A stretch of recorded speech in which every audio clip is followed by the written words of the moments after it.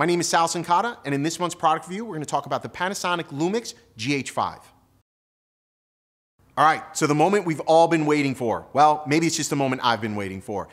See, I'm an avid GH4 user. We do a lot of video production here. We do wedding videos. We obviously film for the magazine. We do commercial videos for clients. We've been using the GH4 for a number of years now, and I have been excited about the GH5 coming out. I mean, I have been waiting with incredible anticipation.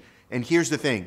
In my opinion, professional opinion, there is no better 4K camera on the market for the price point. 2K is going to get you this GH5 with 4K capabilities. And they've one-upped it, right? We had 4K in the GH4, but now in the GH5, you've got access to in-camera 10-bit at 30 frames per second and 8-bit at 60 frames per second.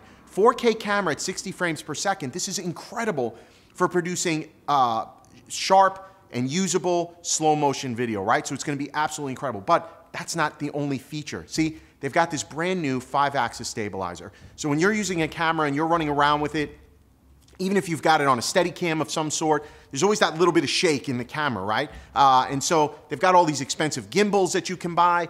Well, in the GX85, right, I did a review maybe about 6 months ago on the GX85. They introduced this 5-axis stabilizer. And I was walking around in Japan, hand holding this camera, just walking around, steady as can be, okay? No outside tools, just with the camera.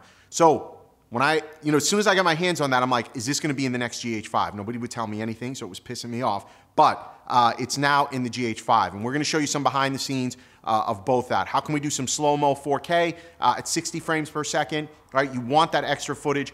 And then, of course, how stable is this shot going to be? And I'm going to compare the GH4 handheld and the GH5 handheld. And then, of course, you've got now built into this camera, I think, very usable still imagery. And think about this. Wedding photography, portrait photography, hybrid work that you're going to be doing, commercial work that you're going to be doing. How much gear do you want to have with you on any given shoot?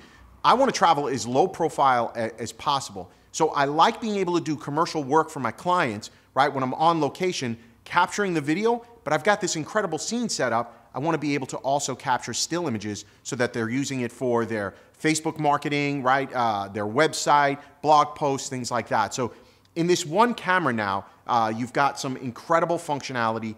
Hard to believe that they were going to one-up it, but they really, really did, and it's blown me away. And the construction, again, just feels like they've made improvements, right? The GH4 felt good at the time, but this feels better. So it's heavy. It's got a nice rubberized feel to it, so it feels better in your hand.